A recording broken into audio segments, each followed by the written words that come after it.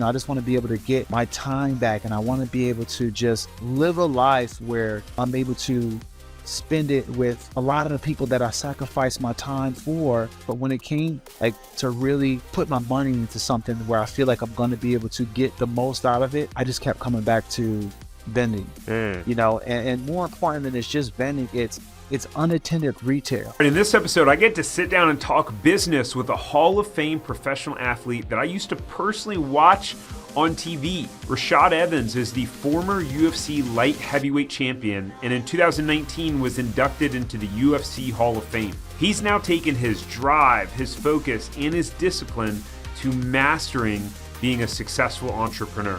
We talk about how Rashad wound up buying 8 vending machines and what his thought process was when making that business deal, and then how it all works. We also dive into his mushroom supplement company, Umbo, that he is the co-founder of with his business partners, one of them being former NFL Pro Bowl quarterback, Jake Plummer. We talk about business, money, competing, and then how to bounce back after bad business deals.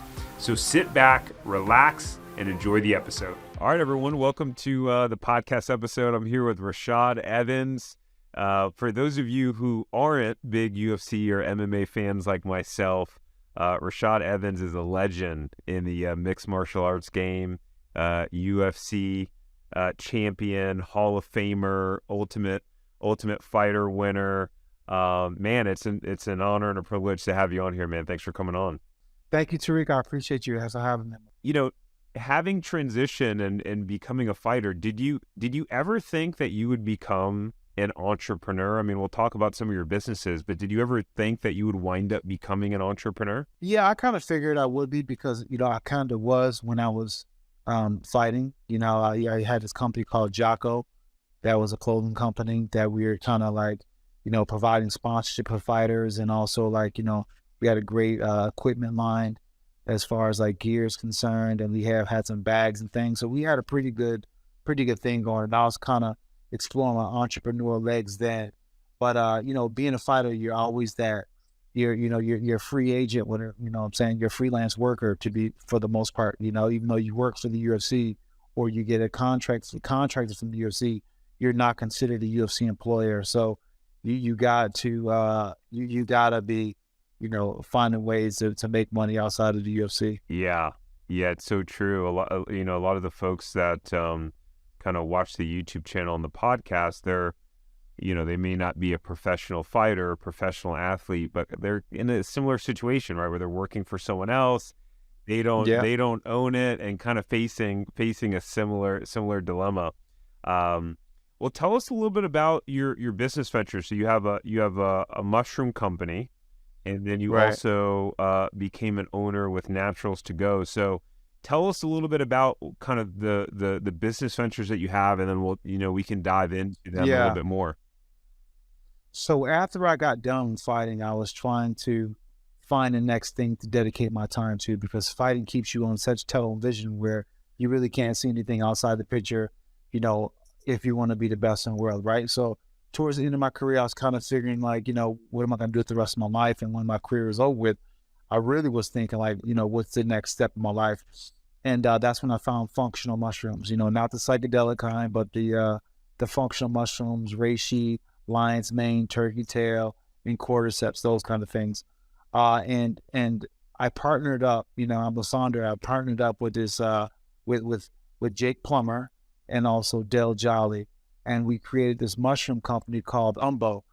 And, what the mindset that we had was that we just wanted to really showcase, the benefits that we had with using functional mushrooms, but then add a little bit of a twist on it as far as using them more for performance enhancing type things, because that's where I felt like I had my biggest edge. I just fought about a year ago, and, we have this supplement that we have on our catalog, which is Micro Rise and Micro Rest.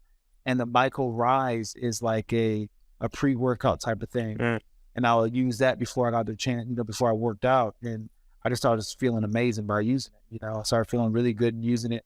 And it really helped me get to that training camp, while 43 years old, and I'm pushing through a pretty tough, rigorous training camp. So, it was it was a big deal. So we wanted to really give those benefits to people, and through working with Umbo, we have also one of our SKUs that we have is we have this bar. One of the bars that we have, it's like it's one of the most delicious bars you ever taste. And I'm not just saying it because it's mine, but it's like it's lion's mane, reishi, turkey tail, and it's just a good combination of all four of those mushrooms. But it tastes amazing. And through trying to get the word out on that, I ran into Naturals2Go, and Naturals2Go. I wanted them to put it in their vending machines because they have healthy vending options. And through working that relationship, I met Heath, which is the CEO of Naturals2Go, and meeting Heath through Naturals2Go, it was a perfect match. He's like one of the guys who truly who understood it. An athlete himself, but really just really understood where I was at. And when I went there to speak about my bar and then get the new owner operators that come in to do orientation, just a chance to taste the bar and just a chance to really have a first time even hearing about functional mushrooms, because most people don't really know what they are. And when I came there, I just kind of came in that capacity to speak. But when I was there, I'm just like, dude, this is sounding great, because I'm somebody who has about like 5 jobs right now. I work with the UFC, with ESPN. I work with Bet Online AG, doing like a YouTube show. I work with CBS, I just got like 2 or 3 other jobs that I'm just like always constantly doing everything. Always, like I'm always going somewhere, and it just kind of feels like I'm everywhere but nothing all at the exact same time. You know what I'm saying? Like Mysterious man. Yeah, it's the craziest thing. Like I just want to get my time back. I just want to be able to get my time back, and I want to be able to just live a life where I'm able to spend it with a lot of the people that I sacrificed my time for when I was training to be a champion. And now I thought like once I got done from fighting, I'll be able to allocate more time to do things that I didn't get a chance to do when I was fighting. But the opposite turned out to be to be true. I had to be gone a little bit more because I had to really make make things go financially speaking. You know what I'm saying? So that became really tough for me, and it became something that I just didn't want to continue to pull time away from. So when I got to the owner operating orientation at Naturals2Go, they were just like talking about how they want to get their time back, and really just talking about the same things that I was feeling inside. So after they got everyone spoken and stuff like that, I talked to Heath about it. I'm like, dude, this is something that I really think would be a good viable option for me, because I was also doing the crypto thing. I got an NFT right now. It's called Metatodes, and it's a pretty gnarly project. We can talk about that a little bit too. But I'm getting to the crypto space. But when it came like to really put my money into something where I feel like I'm going to be able to get the most out of it, I just kept coming back to vending. And more important than it's just vending, it's unattended retail. And that's when it made it more than just about vending machines and having because when you think vending machines, you think vending machines as far as like you put a quarter in, it steers your thing, and like old clunky things, right? And you think about not like snacks that really aren't healthy for you. Yeah. So I mean, this working with Naturals2Go kind of offered me a chance to kind of really take control of my investment in a way that I didn't feel the same, whether it's through real estate or through cryptocurrency or through any other things that you would use to grow your net worth. So I see because I foresee the future when it comes to where unattended retail is going to go. So I get multiple emails a week from companies asking to run ads on the podcast. I could have ads if I wanted to, but I don't. So there are two ways that you can help to support me and the podcast to keep it ad-free. First is to like the video, subscribe to the channel, and leave a comment, even a smiley face if you have nothing to say. The YouTube algorithm only shows the video to more people based on the likes and comments on the video. So your comment could help someone get exposed to this, and not to sound too cheesy, but it could legitimately change their life. Lastly, go ahead and share this with someone that you think will enjoy this episode. Maybe someone who you know loves business and entrepreneurial stuff, or maybe it's someone who's been saying that they want to own their own business for forever. You can message it to them directly or share it on your social media. It would mean the world to me. You guys rock. Enjoy. Yeah, it's really, really interesting to me. And that, for me, and really until the conference and running into you, personally wasn't really on my radar either. Like, we work with a lot of people because, well, to clarify, so Naturals2Go is a healthy vending machine concept, right? But technically it's not a franchise. It's considered a business opportunity, and not to get too nerdy or in the weeds, but they don't have to abide by the same sort of regulations that a franchise concept might have to, which is certain federal filing documents, stuff like that, et cetera. And you have a little bit more, more flexibility. But there's a lot of talk right now about, vending machines and car washes and different businesses that, maybe don't require active, work in the actual business. And, that term unattended retail, this is really the first time that I've really kind of heard that term in that manner. And it resonates with me in the sense that I used to own juice and smoothie franchises. So, my wife and I got into that because we were passionate about a healthy concept and opportunity.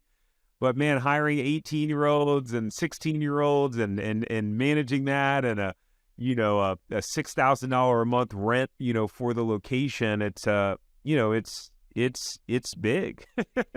it's a big business that you have to take care of. So what was that what was that conversation and kind of that time frame like from going, all right, so you go to the annual conference of all the operators and owners in Naturals2Go. You're there to kind of promote your product and really show it off, and then all of a sudden you're like, okay, this is an interesting concept. Like, what was that timeline and kind of the conversation from going to, wow, this is interesting, to, okay, I'm doing this? I went there in June, and going there in June, I went and I did my I did my my speech or whatnot. Talking to them about telling them about my story, and hearing what they had to say, it just started to get my brain just kind of just going. So I was there for 3 days, and by the third day, I'm sitting there talking to Heath. I'm like, dude, I think this is something that I really want to do. And more importantly, I was like, this is something that I think a lot of athletes will want to do, because here's the thing about it. Like, we make, it seems like we make a lot of money, right? You hear a few $1 million here and there, but it's supposed to last you over a lifetime, right? Because I'm retired at 38 years old, right? And at 38, I still got a lot of life left. I still got a lot of expenses ahead of me, right? So whatever I made, it has to find a way to go for the duration of the rest of my life, however long I may be blessed enough to live. So when you really start to think about it, it's not really that much money. And finding a way to parlay that into something that can lead to some true financial independence was my main focus. You know what I'm saying? It was my main focus. And I was like, I thought like I was going to be able to achieve that when I had the company Jocko, but that didn't end up happening. And, it was kind of disappointing in that. But, in business, you get your head kicked in, you got to keep on moving. It's just the way it happens, right? You just got to keep it moving. So through finding, through trying to figure out like what I want to do, I was doing the Metatodes, which is an NFT project that I have going on. And I have Umbo also going on, which is, the functional mushroom company. And, I needed another iron in the fire, and I needed something else in the fire because, one thing that COVID taught me more than anything is that I really needed to be independent enough financially to say, okay, I don't need to punch anybody's time clock. That kind of scared the hell out of me, to be honest, because I'm just like, dude, I was just totally at the whim, just kind of hoping for work, and at the time I was only doing my analyst gig, and the UFC had stopped, filming. Everything has stopped, Right. and, I'm also working with CBS, but everything stopped. And, I had a little podcast with them going to kind of do the downtime, but for the most part, it was just kind of like nothing, you know what I'm saying? So that really kind of woke me up to be like, I really need to structure myself in a way that will allow me to be financially independent enough to make money while I'm not even doing anything. Yeah. And then when I started to hear about this Naturals2Go opportunity, the third day I was talking to Heath, I'm like, dude, this is something I feel like I can get down with, and I feel like I could help other athletes really, find this sooner rather than later, right? And that's where my mind has been ever since. So it's been about since June, and the thing about Naturals2Go is, I got 8 machines to kind of start off with and things like that, but they have locators come and locate it and do all the heavy lifting for you as far as like finding which location to go into, and I'm lucky enough to have my nephews and my godson, live with me. So they'll be, pretty much, doing a lot of the operate when I can't do it. So it just kind of made a lot of sense for me. Yeah. Wow, that's cool. That's interesting. And so you said you have 8 machines, and so did you, like, how does it work? Do you have all 8 machines operating right now, or you have like a phase period, and like what like take us under the hood of like what's Yeah. that like? So you make the decision, and then finding, you said they'll find locations and stuff for Yeah. you. So how it happens this right here, they have like a phase where, it's kind of almost like an interviewing process, right? They have someone, reach out to you, and then they speak to you about, why do you want to own this? And they kind of give you the realistic, what's the real about it? This is a realistic expectation. This is not a realistic expectation. And, they kind of bring you through like an orientation process. Have you watched some videos? And then after you've kind of done all those things and you're still interested, they'll have you come out, and, you'll like, you of course you buy your machines, right? And it's like usually they want you to have like at least 4 to 5 machines to start off with, and then, then you go to the training class, and then through the training class, you just pretty much learn how to operate these machines. But what I found very fascinating is the fact that like it feels like a very community building type of networking situation once you get there and you start to be around the other new owner operators, because these are people from like all walks of life. You know what I'm saying? You have military people, you have people who are successful in the corporate world, you have people, who doesn't have the highest level of education. You just have like all these people from all these different walks of life, coming together just with one mindset of like, I want to get my time back. So once you go through that phase, you set up your corporation, you then go and get set up in what's called the NIAC system, which is the one which reads the cards, the cards, Yeah. for the credits. And once you get all that set up, they take you over to, once you get all that set up, they get you set up with a locator in the area where you want to have. And then the locator will let you know when he's in the area. He'll let you know who to reach out to. And then, before they like secure, any deals, they say, how do you feel about it? This is the location, this is the owner, and they hook you up with the owner. So that way you kind of have dialogue with the owner who you're going to be working with, so it's just a lot of relationship building, but the process of it is like, they're very on top of it, and, they're not, they look to get you the absolute best location, like there's some gyms that I'm looking to be in, and you know, really, really good gyms, you know, really good spaces to be in. And the thing about it is, if you're in a location that's just not producing, they'll give you a couple ideas that can help you produce more. But if it's just not producing at all, then they'll have a new relocation for you without any, you know, fee to yourself. Wow, that's awesome. What an interesting concept. Like, yeah, such a fascinating concept to me. I mean, obviously location is key, but yeah, that's pretty cool that they'll actually help find the location for you. That's what a huge benefit. It's a huge benefit because it's like, there's so many of these, like so many owner operators and things like that, and it doesn't matter. There's so much space. You know what I'm saying? You don't think about it, but there's so much space and so much places to put the machines, and you can scale the business up any way you want to. You know, you can have 8 machines, you can have 20 machines, you can have 500 machines. You know, there's a guy named Robert D who has like a huge production of just kind of like where he took it. He took it like to the next level. You know, he's got like these self-checkout, these little mini marts that he has, and it's all automated. You know, it's all like, unattended, and it's producing for him all hours of the night, all day. And it's like, I really can't think of anything right now that you can put your money into confidently and know that you're going to get such a consistent return. Yeah, that's amazing, man. Hey, I hope you're enjoying the podcast episode so far.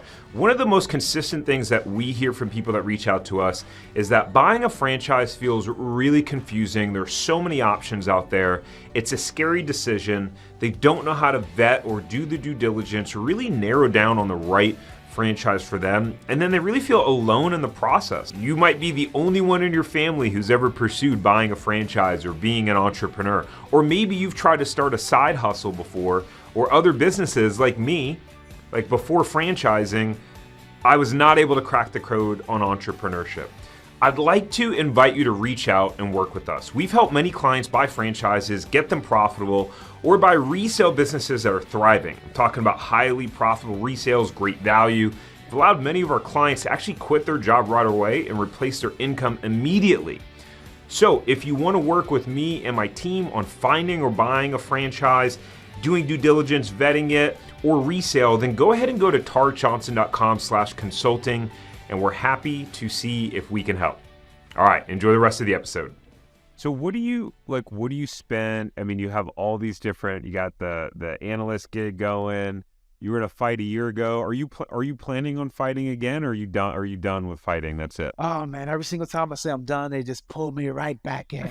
But you know what? I'm 43 now, and I'm at a phase of my life where I kind of see outside the box, right? Like I'm starting to see that, no matter how good I do in the fight, I'm not a fighter anymore. You know what I'm saying? I'm golfing the back nine, right? I'm golfing the back nine.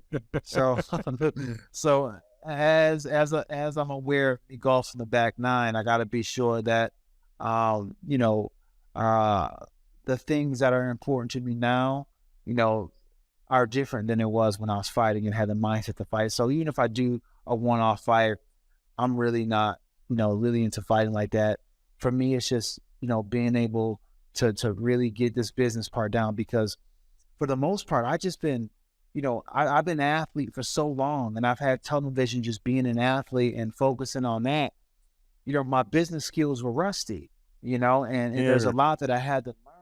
And I had to, I'm working with Heath, and Heath is like, I'm serving like a little apprenticeship underneath them. And I'm just kind of, learning as much as I can, and learning, things that I, just as much as I can, just about business and about all these different things that I just really haven't had to think of before. So it's been a great experience, and not only, with Naturals2Go, but also with Umbo. With Umbo, we're started out just in April, and through April, in April, we kind of, we were building in the background for like the last year and a half, but we launched in April, And, going through that whole process, I've been learning a whole lot about, how do you start a business and what you need to do and all the different rounds of funding and just like all the intricate steps that I really, haven't had to do before. But it's been a great learning experience. So right now I'm a student of the business game. Yeah, man, that's it. Business is so fun. It's funny. I used to wrestle. I don't think we ever talked about this, but I used to wrestle for a long time. Okay. Yeah, for many years, and I remember starting out wrestling for my first club team and going to like Mawa and stuff like that, and in USA wrestling tournaments, and starting out 1-14 that first season. 1-14. That one win was a forfeit. Dang.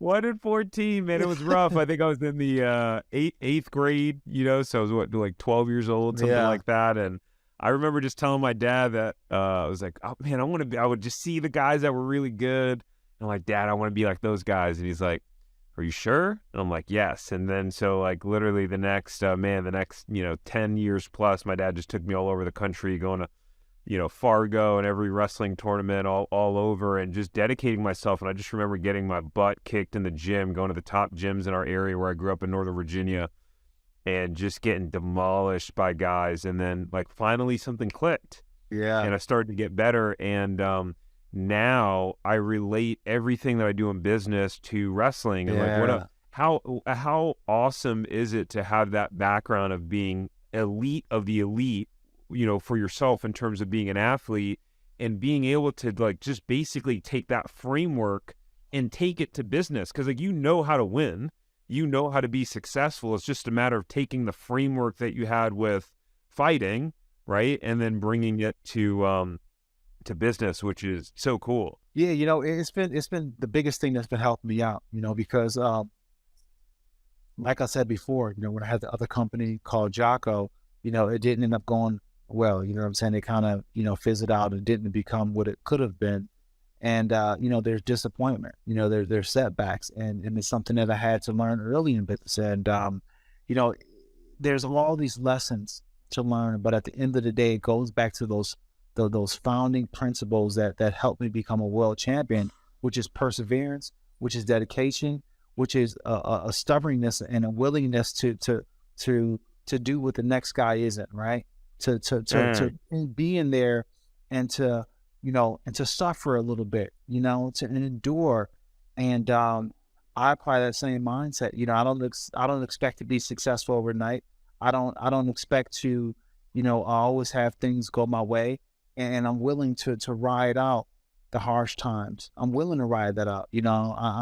I'm willing to go for that ride if things don't go my way for a little bit, but I got to figure it out because I know what's on the other side of that. There's something beautiful on the other side of struggle, but you got to be willing to go through that struggle in order to get it, and that's the thing that makes it so that a lot of people, they don't reach that level of success because when they go through that struggle, they feel uncomfortable and they're like, I don't want to feel like this. And then they turn back around and go back to what they know. Yeah, man, that's such a good point. I was listening to it was around a week or so ago. I went up listening to one of your interviews where I forget where it was, but you were talking about right before you're about to fight Chuck Liddell, and how you kind of had this. Whoa, are you still with me? Can you hear me? Can you see me? Okay, cool. And by the way, it shows up. We'll edit this part out, but it shows up blurry. Like I probably look blurry to you, but the actual file will be clear. Yeah. It's because it's constantly like syncing and uploading the file. But all right. So on the mindset front, I was watching this interview that you did. I don't remember when you did it, but you were talking about how when you were getting ready to fight Chuck Liddell, and how you had this moment in the locker room where you were imagining like the negative consequence, right? Or like getting KO'd or losing or whatever.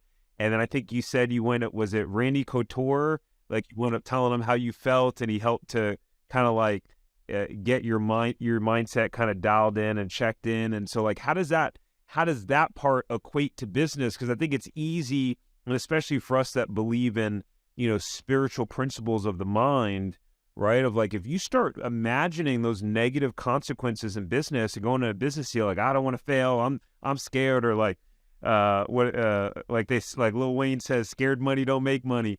Uh, what does that role play for you? Like looking back at kind of Well, I that mean, example. it goes for me. It's like, I can try this and give it 100%, but me giving it 100% doesn't mean that it's going to go the way that I want it to go, right? There's a huge chance, a big chance that Yeah. I could just fail, and nothing that I'm, working towards can pan out. But I'm going to do it anyways. I'm going to do it anyways, and I'm going to do it anyways because the part of me that is afraid needs to push past the fear of failing, right? It needs to push past the fear of what I would be disappointed at. And it's more than like when you push past that fear, you got to be willing to actually feel it for a second, because it's the running away from not wanting to feel it at all. The uncomfortable even thought of it is what makes it so that you're hypersensitive, and you're not willing to risk at all, because you're just too afraid. You're too afraid to even think about it. And it's like, yeah, I could fail. What I'm doing can fail, but I'm gonna be all right, and it's going to be all right. No matter what happens, it's going to be all right. And I feel like that's something that this whole journey since I stopped fighting has been about. It's been about, no matter what happens, it's gonna be all right. No matter how hard it gets, no matter how scary it is, no matter what happens, it's gonna be all right. And really truly ingraining that in my mind, even during the scary times, it is really what has kept me in balance. Because I'm gonna be honest, like, there's some times where I gotta sit down and just have that talk to myself, right? That come to Jesus meeting with myself and be like, yo, you acting scared, homie. Let's go. Let's get it. You know what I'm saying? Like, it's that gut check. It's that gut check, because you start getting to a point where you feel comfortable, right? You start feeling comfortable about life, start feeling comfortable about all the things that you have that you feel is for sure, right? And then you don't want to take the risk. You don't want to go out there and live from that part of you that can spell failure. And it's all about just saying, you know what? If I fail, so be it. So be it. So what? I'm still going to be okay. I'm still going to figure it out. Somehow, some way, I'm going to figure it out. Man, that's super powerful. It's one of the things that, so back in my wrestling days, there's a point where I was a very defensive wrestler, and I was scared to shoot on people. I was scared to shoot. Like, man, I had mastered like the underhook to the knee tap and throw bys, but just like to actually like get in the scramble of a single leg, like I was just scared to shoot. And I realized years later that there was this fear of failure, like deep seated in my subconscious. And that started to show up in business as I was becoming an entrepreneur, and I was scared to attack and to be aggressive. And it was like, whoa, it like, to me, entrepreneurship is one of the most powerful self-mastery processes besides parenting, right? That you could ever go through, because it reveals so much of yourself to you. With that said, what has been the scariest business move that you've made so far, and why? Well, I mean, to even start to just fully dedicate myself to business, has been a scary move for me, because I have a sure thing, I guess, close to a sure thing, just using what I have been using for just being Rashad Evans, right? Going places, signing autographs, taking pictures, and doing analyst work, and that's a for sure thing for me. But going out on the business end, you got to spend your own money, right? You got to spend this own money that you've been saving up, and you don't know when you're getting big money like that again, so you don't want to spend it like that. So and just being able to to let go of the feeling that like, because what keeps people buying and what kept me buying for a long time was just like the fact that, we think that we're in control of so much, but the only thing I'm really truly in control of is my effort. That's the only thing that I can control is my effort. So when I put my effort in, that to me is it's going to be what it's going to be after that. But if I put the effort that I put in, then I can never get mad at the results, So I started to look at more of the effort that I'm putting into something versus the fear of it all. But, this whole venture for me and this whole transition for me has been scary, and it's been tough because I'm going out on the limb and I don't know if it's gonna work out. I was kind of scarred with business and working on this level, just from my experience with the whole Jocko situation. And also, I had a gym, the Black Zillions gym out here in South Florida, and it didn't go my way. I spent a lot of money in that, and I spent, some money that I've regretted, but I didn't regret where it took people. I didn't regret what we've done. And, because we are a team called the Black Zillions, and I created in South Florida, and I spent a lot of money, financing it, paying the coaches, and, just building the gym up. And then at the end of the day, my partner took ill, and it just didn't go to, it just ended up fizzling out. And, we both lost money, and eventually he ended up losing his life. He ended up passing away. God rest his soul. But I mean, that was a big break for me. It was a huge break for me because I didn't foresee myself having to hustle this hard once I got done, because I felt as if like once I solidified all of that, while I was still fighting, I'll just be able to ride off in the sunset. You know what I'm saying? But things didn't work out that way. So now here I am having to reboot everything all over again and having to take chances all over again. And now it's like, well, if I don't get it now, do I got enough ass to back it up? You know what I'm saying? Because before I did, right? So it's a very scary thing, but at the same time, it's like, let's get it. Let's go. Let's get it. Let's go. Let's get it. Let's get it. Man, I'm gonna hop on and order some of those mushrooms. I've been running in Spartan races. That's like my new kind of athletic.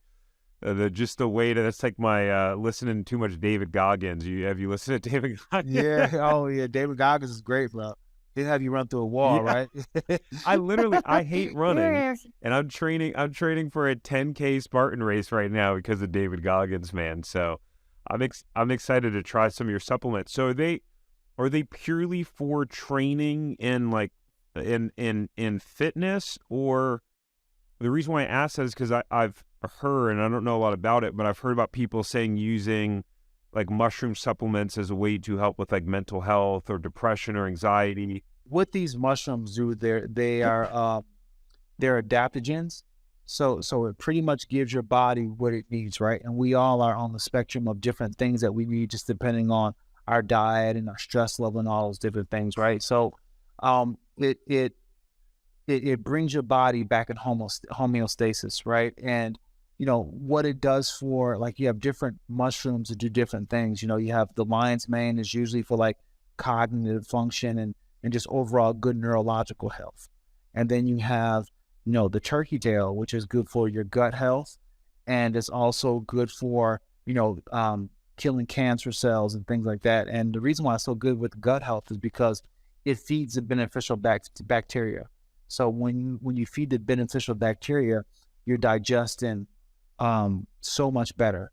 And believe it or not, the reason why a lot of people are so sick is because of gut issues, and it's due to the, different diets that we have, but it's the gut issues, and 80% of our immune system comes from the gut, the cells in our gut. So being able to have a healthy gut, it really helps your body out and in such a way, and just the whole gut lining, from the esophagus all the way down to, to the intestines. It really does a good job of just kind of bringing everything into balance when it comes to those issues. And then you have the cordyceps, which is really good for respiratory health. And with the respiratory health, it's good for the circulation of the body, but it clears out the respiratory area, and then you have the reishi for the overall health of the body. But the thing with these mushrooms that are the most important is the fact that it really helps build neurological health like nothing else. And because we live in a society where we're just completely bombarded by all kinds of toxins, from the soap that we put on our skin to the food and water that we drink. Everything has all these crazy toxins in it that we didn't have 100 years ago. So we're different. We're dealing with something different than our forefathers had to deal with. But we cut out a big intricate part of our diet, which is mushrooms. What we're missing is that is basically mushrooms, and that was something that our forefathers used to actually take in and supplement with. So something that our forefathers used to have in their diet, right? And something, it's a whole food kingdom, and that's the thing that a lot of people miss, is the fact it's a whole entire food kingdom.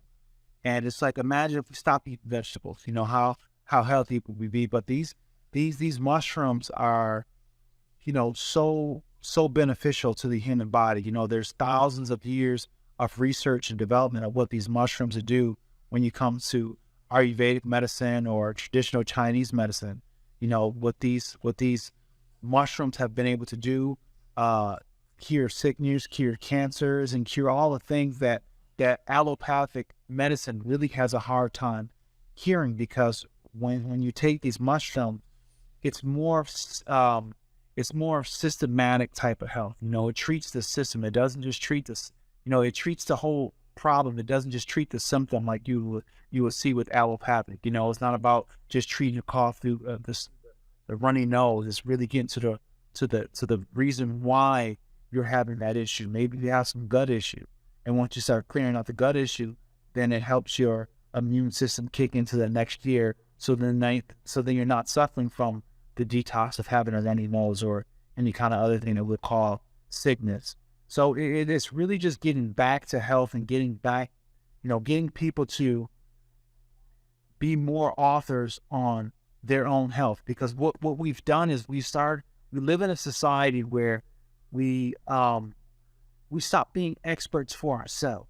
Nobody knows you better than you. Nobody knows you better. Nobody's going to know you better than you. Nobody knows the way you feel better than you. But what we've done is we found a way to refer all of that to the expert, right? And then we go to the doctors, and we go to all these different people who don't really know me individually. They just, they're treating by the numbers, right? They're treating by symptoms, and there's a lot of hit and miss with that. The third leading cause of death is doctors. You know what I'm saying? And yeah, it's doctors themselves. So it's like, we truly hope with this, with educating people on mushroom, that they take their health in their own hands. And I say that firsthand because I was an athlete who didn't have a healthy relationship with food. Like I would get done from making weight, and I will binge, and I'll eat whatever I wanted to eat, and I'll drink whatever I wanted to drink until I had to get ready for a fight again. But as I got done and I got retired from fighting, that wasn't gonna suit me. I wasn't really feeling good. I started to feel sick, and I knew I had to do something different. And I changed my diet completely. I started, using supplements. I was going to start to help my body out, help my body with what I feel like it needs to constantly detox. I feel like the body needs to constantly detox, as if because like if you're cooking food and you're constantly using supplies, your waste is going to build up in your kitchen, right? So you got to take the waste out. But we don't take the waste out of our body because we don't really understand how important it is to detox. So I take supplements that help me detox the body more and really help my body to work in more of a flow. And once I started to have my body work in more of a flow, I kid you not, it Yeah. felt as if like I took about 15 years off of my life. Yeah, it felt like I just was like 15 years younger. I felt so much more healthy. I Mm. had way more energy, and it was something that I didn't even realize. And it's crazy because I've been an athlete that's been using my body for my whole entire life. But see, that's the thing right there. I was using the body, a user relationship. You know what I'm Wow. saying? And now I feel like I'm in a position where I'm getting back to my body what I didn't before. Man, yeah, it's interesting, and it's interesting how, especially to be successful as an entrepreneur, you have to feel good. Like, you have to feel good and stay sharp. Like, not like, of course, in your athletic days, but like I notice it if I eat something for lunch that is, not healthy or heavy or really carb loaded, then I'll feel like crap. That carb crash, and then I don't have energy. I'm not as sharp trying to work on projects, and so it's so interesting how it applies to business. And then obviously, like, being a parent, running around. I was telling you, we have a 3.5-year-old, 8-month-old. It's like, I mean, health truly is wealth, right? Because it's like, you can have all the money in the world, but if you feel like crap, or you're not healthy, or you have an ailment or an illness, it could just detract from that whole experience. And then on top of that too, not even just the way you feel like physically from what you eat, but I mean, the stress of it all, right? Being an entrepreneur, being in the business world is very stressful. You're always putting out fires left and right, unforeseen things that just inevitably comes up when you're doing business.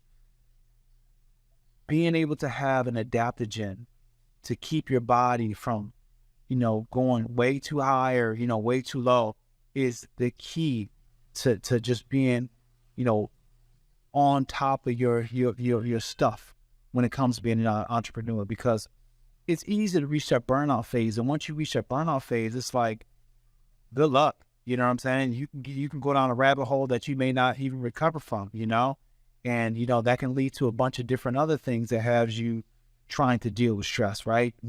Drinking alcohol a little bit too much and doing all those different things that end up in the long run deteriorating you as a person, right? So then everything that you worked hard for, well, now you don't have the health to really enjoy it, because you started to lean on the wrong things to adapt to the stress that you are feeling when you're building your empire. So it's something that a lot of people don't really think about until it's too late, and they always think they have more time than they do to get back on track. Mm. Yeah, totally agree, man. Well, where can people pick up some of the supplements at? Yeah, so they can go to getumbo.com, and you can put in Rashad 15 and get 15% discount off. And yeah, so let them know that. Yeah, for sure. Yeah, we'll make sure to link it up in the comments too. Yeah, that's awesome. Cool, man. Well, I know you're busy. I appreciate you coming on, taking the time, sharing just some of your wisdom and your entrepreneurial journey. Maybe once you have all the vending machines up and running, we could do like a day in the life or something and show all your machines. That would be cool.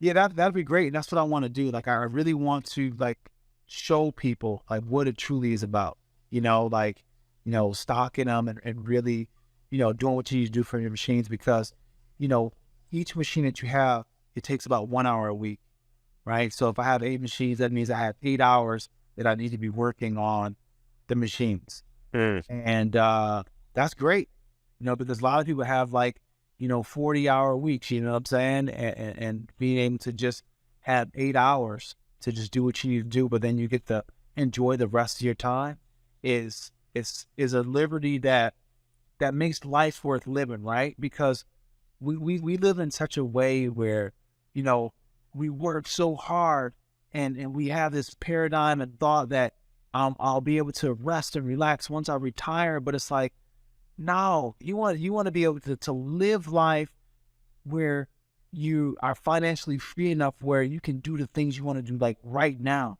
because life is happening right now. There's no guarantee about tomorrow, and we don't know what tomorrow is going to bring. So you better do it right now, and that's one thing that's really kind of pushed me to be like, I gotta make this happen. So when it comes to, if anybody's really interested in a vending opportunity, they can hit me up at Rashad at naturals2go.com, and I'll point them the right way. Cool, man. That sounds good. Well, Rashad, man, it was a pleasure. Looking forward to talking to you soon, and thanks for coming on the podcast, man. No problem, man. Thank you. I appreciate you for having me.